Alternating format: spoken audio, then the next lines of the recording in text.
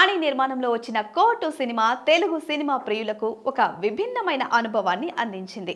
జగదీష్ అనే కొత్త కుర్రాడి దర్శకత్వంలో రూపొందించిన ఈ సినిమాలో ప్రియదర్శి, రోషన్, శ్రీదేవి కీలక పాత్రల్లో కనిపించారు. అలాగే సీనియర్ నటుడు శివాజీ మరో కీలక పాత్రలో మెరిశారు.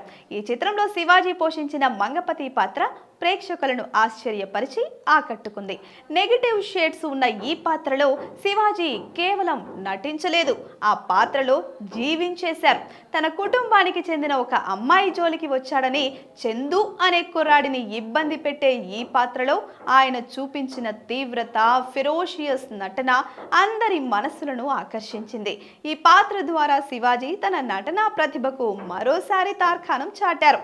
నిజానికి మంగపతి పాత్ర ఒక సాధారణ విలన్ పాత్ర కాదు, అది ఒక సంక్లిష్టమైన మల్టీఫేస్డ్ ఎమోషన్స్ తో కూడిన పాత్ర.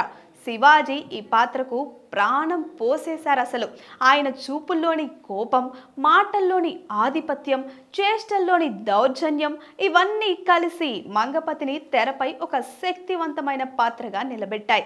చందుని ఇబ్బంది పెట్టే సన్నివేశాల్లో ఆయన చూపించిన నటన ప్రేక్షకులను ఒక్కసారిగా ఆ పాత్రను ద్వేషించేలా, అదే సమయంలో ఆ నటనను మెచ్చుకునేలా కూడా చేసింది.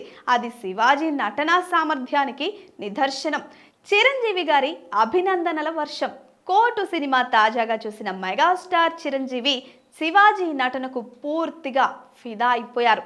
వెంటనే ఫోన్ చేసి ఇంటికి పిలిపించుకున్న మెగాస్టార్ చిరంజీవి మంగపతి పాత్రలో శివాజీ చూపించిన లోతైన నటనను మెచ్చుకుంటూ అభినందనల వర్షం కురిపించేశారు.